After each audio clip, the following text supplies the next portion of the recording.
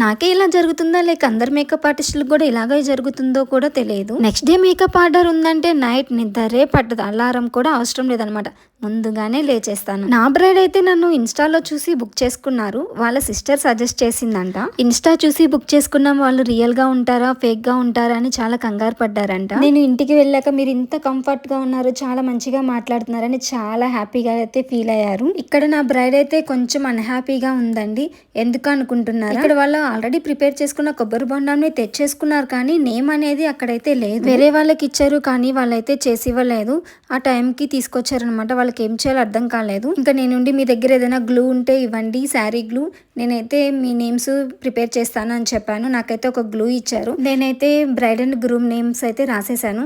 Finishing అయితే చాలా బాగా వచ్చింది, వాళ్ళు కూడా చాలా హ్యాపీగా ఫీల్ అయ్యారు. బ్రైడ్స్ అందరూ కూడా ఇలాగ మేకప్ ఆర్టిస్టులకి కొంచెమన్నా టైం ఇవ్వండి, మిమ్మల్ని హ్యాపీగా ఉంచడానికి మేకప్ ఆర్టిస్టులు అందరూ కూడా చాలా కష్టపడుతూ ఉంటారు. ఆల్వేస్ బ్రైడ్ హ్యాపీగా ఉంటే మేకప్ ఆర్టిస్ట్ కూడా చాలా హ్యాపీగా ఉంటుంది. మరిన్ని వీడియోస్ కోసం నా పేజీని ఫాలో చేయండి. Thank you.